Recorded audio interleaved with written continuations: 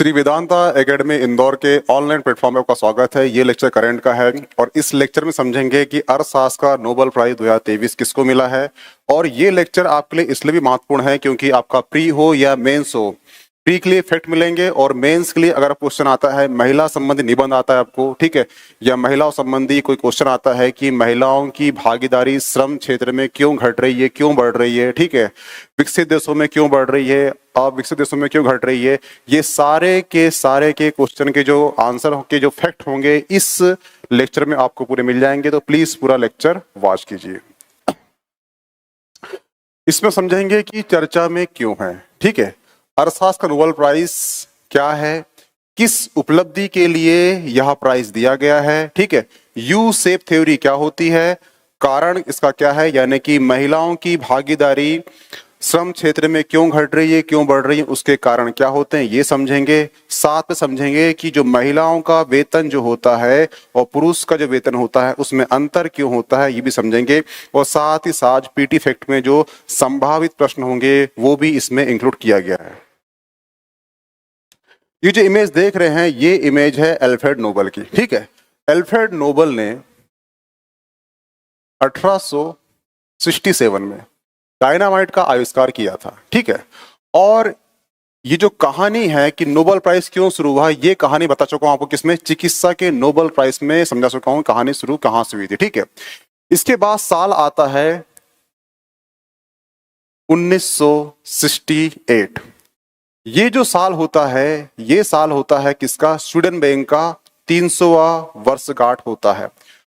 और Sweden bank जो होता है ये सोचता है, ये एक देता है कि जो अर्थशास्त्र है, अर्थव्यवस्था है, ठीक है, ये मानव सभ्यता, मानव, व्यक्ति, राज्य, स्टेट, देश, विश्व सभी के लिए उसके जीवन में डायरेक्ट इम्पैक्ट डालता है। इसलिए इसके लिए एक आविष्कार, एक अवार्ड होना चाहिए। इसलिए ये एक अवार्ड की स्थापना करता है कब, 1968 में, और इसी को बोला गया है नोबेल प्राइज। परंतु ये स्थापना तो 1968 में हो जाता है, परंतु ये दिया जाता है 1969 में दिया जाता है, ठीक है। और ये दिया जाता है दो लोगों को, ये भी आगे हम समझेंगे, ठीक है। अब चलते हैं नेक्स्ट।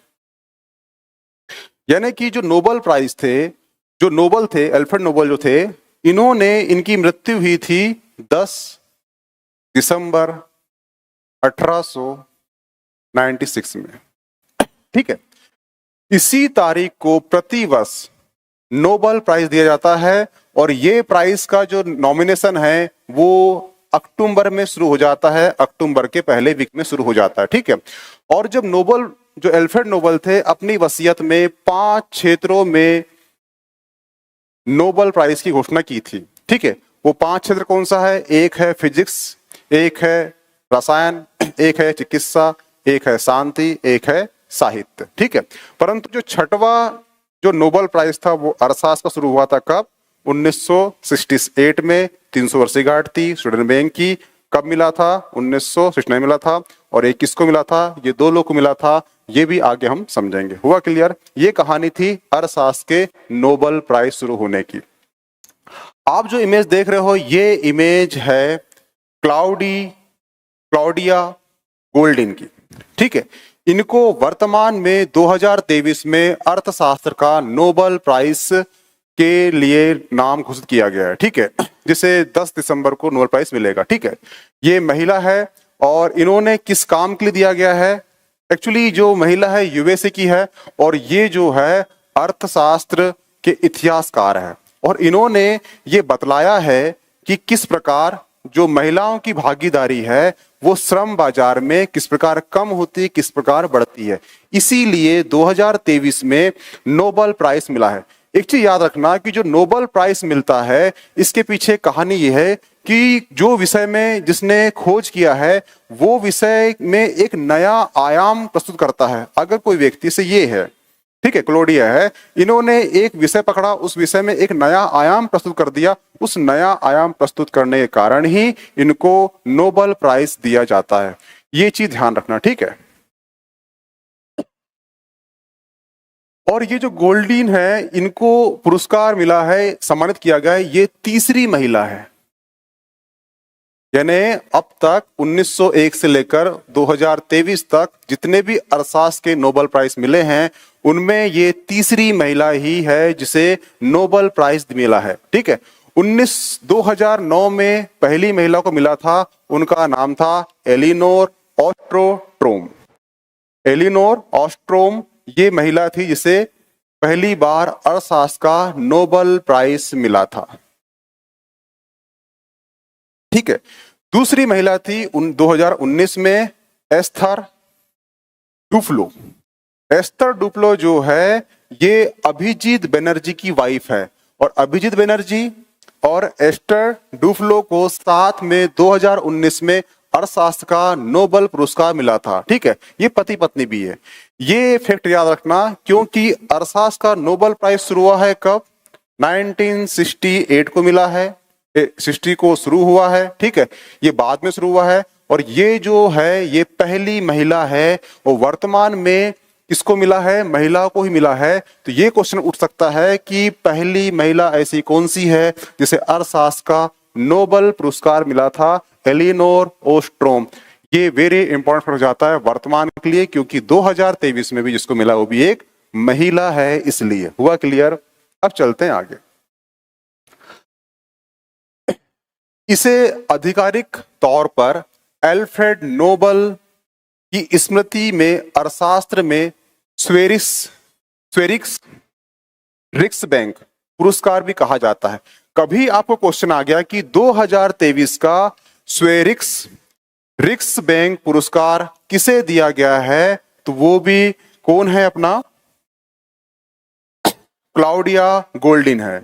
ये इसलिए बता रहा हूं मैं क्योंकि इसका दो नाम है। अर्थशास्त्र के नोबेल प्राइज का दो नाम है, एक तो अर्थशास्त्र का नोबेल प्राइज है और एक नाम है स्वेरिक्स रिक्सबैंक पुरस्कार भी कहा जाता है। ये दोनों नाम एक ही पुरस्कार के हैं, इसलिए कभी क्वेश्चन में आया तो कंफ्यूज मत होना। कभी ये भी आएगा तो उसका आंसर भी अर्थशास्त्र का नोबेल पुरस्कार ही कहलाता है, और ये भी वो एक ही। ये इसलिए रखा गया है क्योंकि ये स्वीडन बैंक ने अपनी 300वीं वर्षगांठ पर स्थापित किया था, परंतु इसे लिंक कर दिया किससे? अर्थशास्त्र के नोबेल प्राइज से। हुआ क्लियर? इसलिए कभी भी क्वेश्चन आएगा तो आप वहां पे उसे हैंडल कर लेना।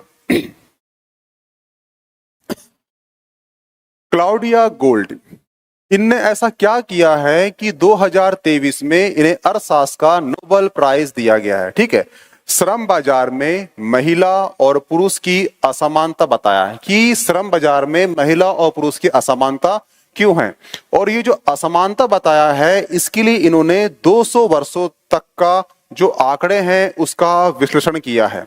एक चीज याद रखना, कोई भी सिंपल व्यक्ति बता देगा आपको कि यहां पर महिला पुरुष की असमानता है, परंतु उस असमानता को बताना किसमें? आंकड़ों में बताना।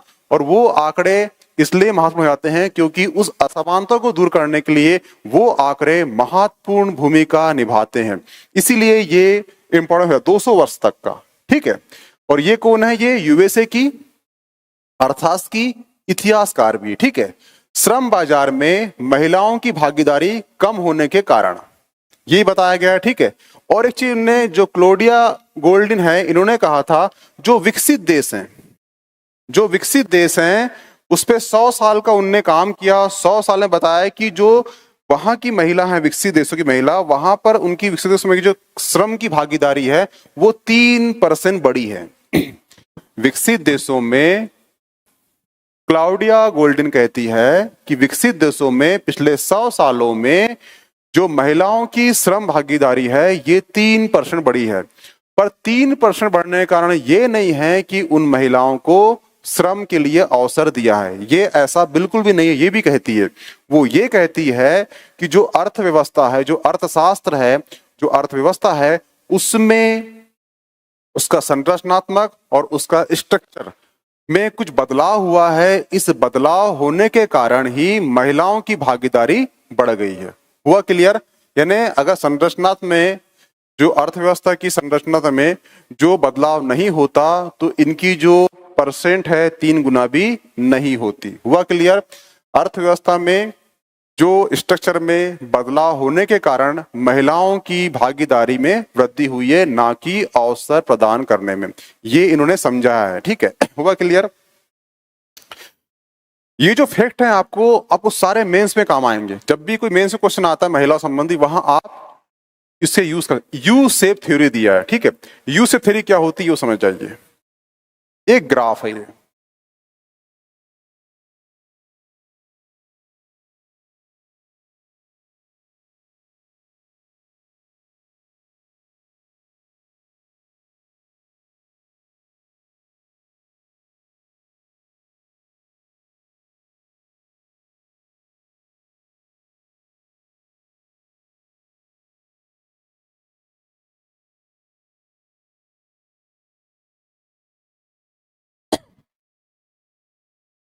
आप देखना हिस्ट्री पढ़ा होगा आपने, जब भी मानव सभ्यता का विकास हुआ है तो मानव सभ्यता ने सबसे पहले काम क्या किया है, नदी किनारे वो बसा।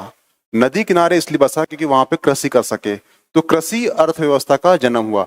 जब कृषि अर्थव्यवस्था का जन्म हुआ तो कृषि अर्थव्यवस्था में जितनी भागीदारी पुरुष की थी उतनी भागीदारी महिलाओं की भी थी।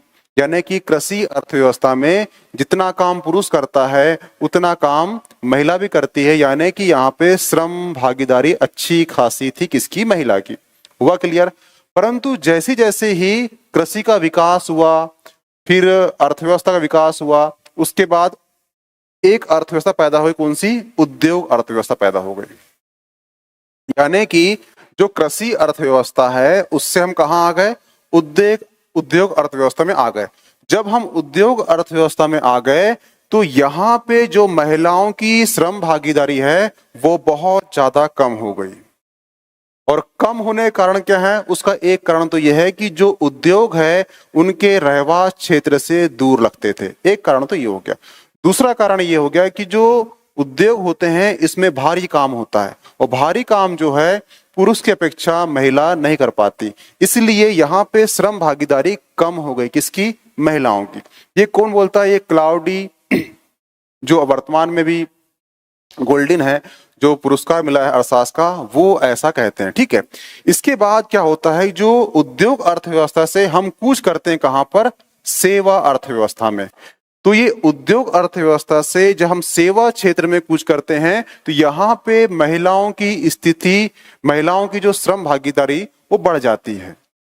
इसी ग्राफ को बोला है अर्थव्यवस्था में स्ट्रक्चर या संरचनात्मक जो उसमें बदलाव हुए हैं, इसी बदलाव के कारण महिलाओं की भागीदारी घटती और बढ़ती रहती है। ये किसने बोला है, क्लाउडी गोल्डन ने बोला है। हुआ क्लियर?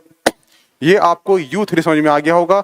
अगर आपको मेंस में निबंध आता है या मेंस में कोई भी क्वेश्चन आता है तो वहां पे इस टाइप का कहना चाहिए, आप वहां पे डाटा, आप वहां पे कंटेंट को पुट कर सकते हो। ये पुट करने से क्या होगा, और विथ रेफरेंस करना, किसका, नाम। ठीक है, क्योंकि वर्तमान में नोबेल मिला है। ठीक है, अगर आप विथ रेफरेंस में कहना चाहिए नाम ऐड करते हो और वहां पे डाटा पुट करते हो तो आपका जो क्वेश्चन है उसमें जो उसका जो आंसर होगा वो एथेंटिक कहलाएगा। एथेंटिक होने के कारण जो जांचक होगा वो जांचक कहना चाहिए वहां पे नंबरिंग बहुत ज्यादा अच्छी करेगा। ठीक है, जिससे कहना चाहिए आपके नंबर बढ़ने के चांस बढ़ जाएंगे। क्या कारण है, यानी कि जो श्रम भागीदारी है उसमें महिलाओं की जो श्रम भागीदारी कम होने के और बढ़ने के क्या कारण है, बताइए। किसने, क्लाउडी गोल्डन ने। एक तो है शादी। ठीक है, क्या होता है, एक महिला होती है, महिला की जब शादी होती है तो शादी के बाद उसके पास उसके घर की जिम्मेदारी बढ़ जाती। जब घर की जिम्मेदारी बढ़ जाती है तो सिंपल सी बात है कि वो अपने कैरियर में ध्यान नहीं लगा पाती। जब कैरियर में ध्यान नहीं लगा पाती तो वो श्रम नहीं कर पाती। जब वो श्रम नहीं कर पाती तो श्रम भागीदारी ऑटोमेटिकली कम हो जाती है। परंतु इस फैक्ट को उतना कम नहीं आंका गया है, किसने, क्लाउडी गोल्डन ने। मेन फैक्टर माना है बच्चे का जन्म।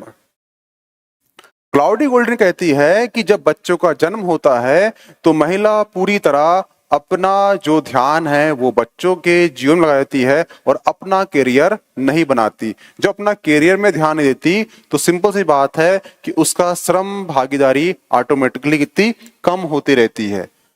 हुआ क्लियर? बच्चों के जन्म के साथ ही महिलाओं का कैरियर भी डिक्लाइन होता है और डिक्लाइन होने के साथ ही श्रम भागीदारी में उनकी कमी होने लगती है। ये कारण कौन बताता है? क्लाउडी गोल्डिन बताता है। ठीक है, एक है गर्भ निरोधक गोली। ठीक है, ये जो क्लाउडी गोल्डिन कहती है, गर्भ निरोधक गोली जो है महिलाओं के स्वास्थ्य के विकास के साथ साथ उनके आर्थिक विकास का भी कारण है। कैसे?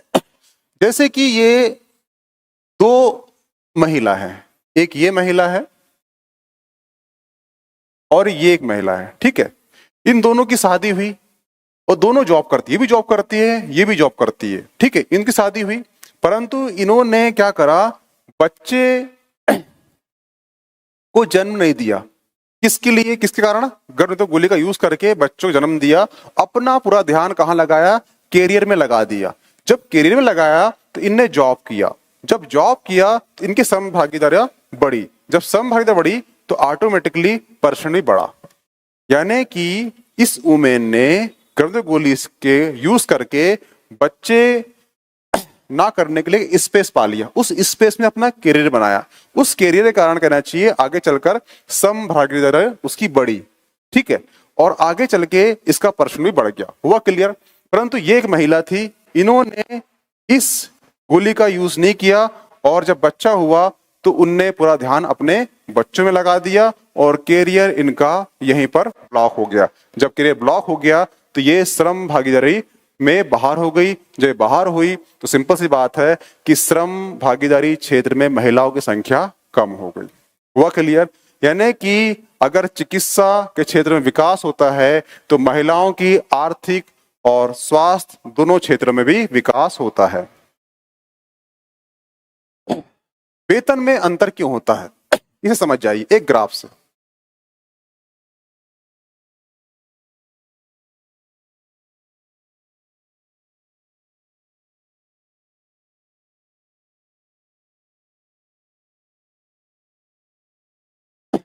ये ग्राफ है। ठीक है, ये जो कैरियर लाइन है किसकी? दोनों की लाइन है, एक तो वुमेन की भी है और मेल की भी है। ठीक है, अब क्या होता है ऐसे समझिए उसको, दो लड़का लड़की हैं, बच्चे हैं। ठीक है, ये दोनों KG1 से 12 तक पढ़ते हैं एक स्कूल में। ठीक है, फिर एक स्कूल में पढ़ने के पश्चात ये करते हैं इंजीनियरिंग। ठीक है, इंजीनियरिंग करने के बाद ये इंजीनियर बनते हैं, जॉब करते हैं। ठीक है, और जॉब करने के बाद इन दोनों की शादी हो जाती है, एक इसकी और इसकी शादी हो जाती है। ठीक है, और इनका जो जॉब करियर है वो इष्टा चलते रहता है, परंतु शादी होती है यहां पर। हुआ क्लियर? ठीक है, शादी होने पर कुछ साल बाद यहाँ पे बच्चा होता है, किसको? महिला को। ठीक है, जब बच्चा होगा तो पुरुष तो अपने करियर में लगा रहेगा, परंतु जो महिला है वो अपना कैरियर को डिक्लाइन करके अपने बच्चे में पूरा ध्यान लगाएगी, जिससे उसका जो कैरियर हल्का डिक्लाइन हो जाएगा। ठीक है, जब बच्चा उसका एक स्टेज में पहुंच जाएगा, एज में पहुंच जाएगा, फिर से वो अपने कैरियर को ध्यान देगी, तो ये महिला फिर से अपना कैरियर में ध्यान देगी और यहां पहुंचेगी। परंतु इसका जो एक्सपीरियंस है और इसका जो एक्सपीरियंस है, इन दोनों के बीच में काफी अंतर है। ये एक्सपीरियंस अंतर होने के कारण इनका जो वेतन होगा इसका अधिक होगा और इसका वेतन जो होगा ये कम होगा। हुआ क्लियर? यानी कि वेतन में अंतर क्यों होता है, ये क्लाउडी गोल्डिन ने इस ग्राफ से समझाया है। तो कभी क्वेश्चन आएगा आपको कि महिलाओं की श्रम भागीदारी किस प्रकार से कम होती है, किस प्रकार से वेतन कम होता है, तो ये वहां पे आप एंट्री हो या किसी भी निबंध में आप यूज कर सकते हो। एक चीज, एक वर्ल्ड फोरम की रिपोर्ट आई थी अभी हाल में, इस रिपोर्ट में उन्होंने बोला था, इसका अनुमान यह है कि जो महिला और पुरुष के बीच में लैंगिक असमानता है ये समाप्त होगी आज से 32 वर्ष बाद। वर्ल्ड फोरम की रिपोर्ट आई थी, वर्ल्ड फोरम ये मानता है, उसका अनुमान यह है कि 132 साल लगेंगे महिला और पुरुष के लैंगिक असमानता को दूर होने में। ठीक है, और ये जो रिपोर्ट है तैयार करा है कितने? 146 देश का अध्ययन किया है, कितना? 4 क्षेत्रों में, उसके बाद रिपोर्ट प्रस्तुत की गई है। ठीक है, तो ये जो क्वेश्चन है ये वर्ल्ड फोरम का रेफरेंस लेकर आप मेंस में इस एग्जाम्पल को आप पुट कर सकते हो कि महिला और पुरुष में समानता लाने में 132 रहेगा, और कौन बोल रहा है? ये वर्ल्ड फोरम बोल रहा है, विथ रेफरेंस वहां पे यूज कर लेना। तो आपका जो क्वेश्चन होगा एथेंटिक हो जाएगा। हुआ क्लियर? अब अर्थशास्त्र के कुछ फैक्ट हैं जो आपके पीटी बेस के लिए हैं, तो वो देख लीजिए। ठीक है, पहले अर्थशास्त्री जिनको नोबेल प्राइज मिला था, बता चुका हूं मैं कि इसकी स्थापना कब हुई थी? 68 में हुई थी। इसका जो पहली बार मिला था वो 69 में मिला था, और ये दो लोग थे, एक व्यक्ति ये थे और एक व्यक्ति ये थे। ये इसलिए इंपॉर्टेंट है क्योंकि इसकी स्थापना अब हुई है, इसमें 68 में हुई है, बाद में हुई है। तो सिंपल सी बात है, ये जो दो फैक्ट हैं ये आपके लिए इंपॉर्टेंट हो जाते हैं। एक है रॉगर फ्रिज और जैन टीन बर्जिन। ये दो व्यक्ति का नाम याद रखना, क्योंकि ये पूछ सकता है कि अर्थशास्त्र का नोबेल पुरस्कार पहले किसको मिला था, तो ये इन दोनों को मिला था। हुआ क्लियर? अब चलते हैं नेक्स्ट में। अमर्त्य सेन जो हैं ये भारत के हैं। इनको अर्थशास्त्र का नोबेल पुरस्कार कब मिला था? तो ये मिला था 1998 को मिला था। ठीक है, ये क्यों मिला था?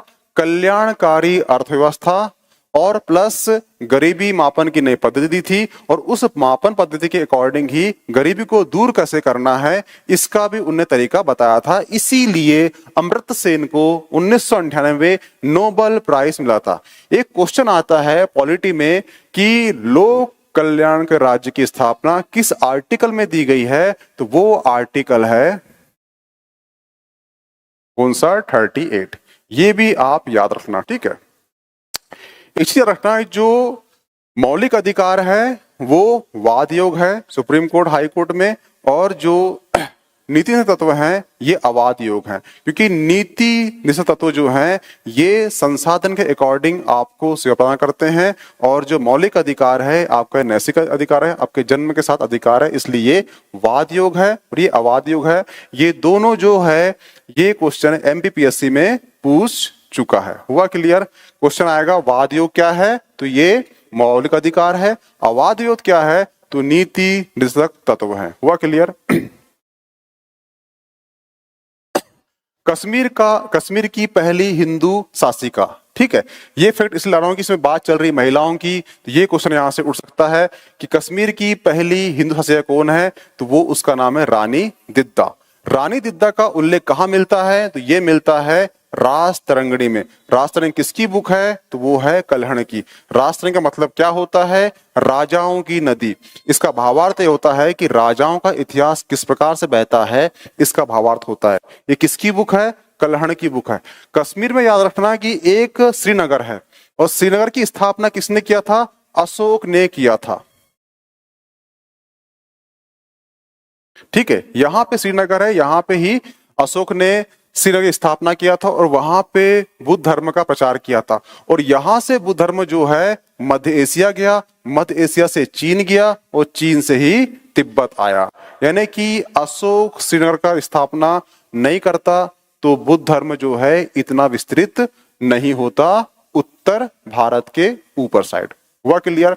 ठीक है, एक चीज याद रखना कि जो बुद्ध धर्म है और जैन धर्म है, दोनों की स्थापना या दोनों का जो एस्टेब्लिश है एक ही साथ चला है, परंतु जो बुद्ध धर्म है ये बहुत ज्यादा विस्तार हुआ और जैन धर्म जो है बहुत ज्यादा विस्तार नहीं हुआ। उसके पीछे रीजन क्या है? जो बुद्ध धर्म है वो लचीला है, और जो जैन धर्म है बहुत हार्ड है, बहुत अहिंसक है। ठीक है, यही कारण है कि जो बुद्ध धर्म को बहुत लोगों ने अपनाए थे, और साथ ही ये धर्म इंटरनेशनल धर्म बन गया था। किसने बनाया था? ये अशोक ने बनाया था। किसके थ्रू बनाया था? संघमित्रा और महेंद्र के द्वारा बनाया गया था। इन दोनों को उसने बाहर देश में भेजा था इसके प्रचार प्रसार के लिए। हुआ क्लियर? तो आपसे क्वेश्चन आएगा, कभी किसी ने इंटरव्यू पूछ लिया कि दोनों धर्म साथ में पैदा हुए, पर दोनों धर्म जो है वो एक का विस्तार कम हुआ, एक का विस्तार अधिक हुआ, इसके कारण क्या है? तो इतना सा बताना उनको कि जो बुद्ध धर्म है ये लचीला है, और जो जैन धर्म है ये बहुत ज्यादा अहिंसक है। बुद्ध धर्म में कृषि करना अलाउ था, और जैन धर्म में कृषि करना अलाउ नहीं था, क्योंकि यहाँ पे जीव हत्या पाप था और बहुत हार्ड था। हुआ क्लियर? अब चलते हैं नेक्स्ट में। भारत की प्रथम मुस्लिम महिला शासिका। ठीक है, रजिया सुल्तान। रजिया सुल्तान जो है भारत की पहली मुस्लिम शासिका है। भारत की जो पहली मुस्लिम शासिका है रजिया सुल्तान है। रजिया सुल्तान किसकी बेटी थी? ये थी इल्तुतमिश की। एक मेंस में क्वेश्चन आता है कि इल्तुतमिश सल्तनत काल का वास्तविक संस्थापक था। आप इस मत से कहां तक सहमत है? ये क्वेश्चन फेवरेट है मेंस का, ठीक है। उन्हीं की बेटी कौन थी? रजिया सुल्तान थी। और एक आपने गाना सुना होगा, गुंडों में फंस गई रजिया, ठीक है। ये रजिया की हत्या किए थे डाकुओं ने, और ये गाना जो है इन्हीं से इंस्पायर है। अब चलते हैं नेक्स्ट में। एक चीज याद रखना कि जो सल्तनत काल है, ठीक है, और एक मुगल काल है, दोनों में मुस्लिम शासक है, परंतु दोनों में शासक मुस्लिम है, परंतु जो राजाओं का नाम अलग अलग। एक जगह बोलते हैं सुल्तान और एक जगह बोलते हैं बादशाह। कभी क्वेश्चन पूछ लिया इंटरव्यू में तो उसका आंसर देना कि ऐसा क्यों हुआ है, ठीक है। उसका कारण यह है कि जो तुर्की में बैठता था खलीफा, अल्लाह के बाद बैठा खलीफा तुर्की में, और जो खलीफा ने एक स्थान दिया, उस स्थान बोलते थे सल्तनत बोलते थे, उस स्थान को सल्तनत बोलते थे। और उस सल्तनत में जो शासन करता था उसकी वैधानिक मान्यता खलीफा से लेना पड़ता था। जिसने वैधानिकता मान्यता लिया शासक ने, उस शासक को उस सल्तनत का सुल्तान कहा जाता था। हुआ क्लियर? खलीफा ने एक स्थान दिया शासन करने के लिए, उस स्थान को सल्तनत कहा जाता था। उस सल्तनत कहने के कारण ही वहां का जो शासक को सुल्तान कहा जाता था। हुआ क्लियर? ठीक है। और जो बादशाह है मुगल काल में, क्या हुआ कि उनने बोला, मुगल काल का जो राजा मुस्लिम राजा उनने शासन करा, उनने बोला कि हम अल्लाह के हम बाद हैं। अल्लाह के हम बाद से निकला है बादशाह। इसलिए ये कभी क्वेश्चन पूछ ले आपको इंटरव्यू में तो उसका सिंपल सा आंसर ये आप मेंशन कर लेना। साहित्य का नोबेल पुरस्कार 2023 किसे मिला है? जॉन फासे को मिला है। इनको क्यों मिला है? मानवीय भावनाओं को सरल शब्दों में व्यक्त करने के लिए, साथ ही अनकही आवाज को उनके अभिनव नाटकों और गद्य के लिए 2023 का जॉन फासे को साहित्य का नोबेल पुरस्कार मिला है। अगर आपको क्वेश्चन पूछे भारत का पहला साहित्य का नोबेल पुरस्कार किसको मिला है, तो उसका आंसर है रविन्द्रनाथ टैगोर। कभी आपको पूछ ले कि भारत का पहला नोबेल पुरस्कार किसे प्राप्त हुआ है, उसका आंसर भी क्या है? रविन्द्रनाथ टैगोर। रविन्द्रनाथ टैगोर को नोबेल साहित्य का नोबेल पुरस्कार कब मिला है? तो ये मिला है 1913 में। और किस कृति के लिए मिला था? तो वो है गीतांजलि। और एक चीज क्वेश्चन पूछ ले कि पहले एशियाई कौन है जिसे नोबेल पुरस्कार मिला है, तो वो भी नाम क्या है? रविन्द्रनाथ टैगोर। रविन्द्रनाथ टैगोर एकमात्र ऐसे व्यक्ति हैं जिनका लिखा हुआ गान जो है दो देशों के राष्ट्रीय गान है, एक भारत और एक बांग्लादेश। हुआ क्लियर? तो इतने फैक्ट आप याद कर लेना, आपके मेंस और प्री दोनों की दृष्टि से ये लेक्चर काफी महत्वपूर्ण है। ठीक है, अब मिलते हैं नेक्स्ट लेक्चर में। ये पीडीएफ आपको जो वेदांता की जो टेलीग्राम चैनल है वहां पर प्राप्त हो जाएगा, प्लीज ज्वाइन कर लीजिए। Okay, thanks.